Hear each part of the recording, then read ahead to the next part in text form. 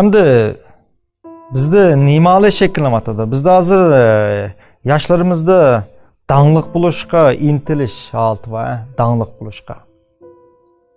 Amaliyotda dаңлык bo'lgan hech qanday odam dаңлык bo'lish uchun tirishmaydi. Ular muhim bo'lish uchun tirishadi. Muhim bo'lish uchun tirish uchun qimmati bor odam bo'lib tirishadi. Kishilar Nobel mukofoti to'g'risida gap qildi, Mesela Nobel mukofoti oldiganlar chiqamdi deydigandek. Amaliyotda Nobel mukofoti olgan hech qanday a'zo yoki Nobel mukofoti oluvchi azaldan Nobel mukofoti olish uchun tirishmagan. Ular hargiz Nobel mukofoti olaman deb tirishmaydi. Ular faqat o'zining aslidagi iqtidorini chiqarib boqaman deb o'ziga to'xtamay jang e'lon qiladi, to'xtamay o'zini taraq qildirdi, eng oxirida natijasi shu mukofot bo'ladi yoki kishilarning hurmati bo'ldi yoki bo'lmasa danqaznish bo'lib qoladi xolos. Ammo biz boshlabla danqaznish uchun yoki Nobel mukofot olish uchun tirishsak, buning hammasi men 100% kafolat bermanki mag'lubiyatdan oxirlashdi. Shun biz yoshlarni, biz o'smirlarni dаңлык bo'lishga emas, muhim odam bo'lishga yetaklashimiz kerak. Halbuki nurg'un dаңлык odamlar va unchalar muhim emas. Sizning qimmatingiz bo'lmay, muhim odamga aylanmay, tasaddibiy ma'lum usul orqali dаңлык odam bo'lib qolsangiz, bu sizga og'ir darajada ziyon etkildi.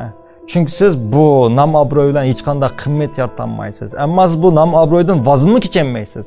Eng oxirida buning oqibati tragediyadan oxirlashdi. Lin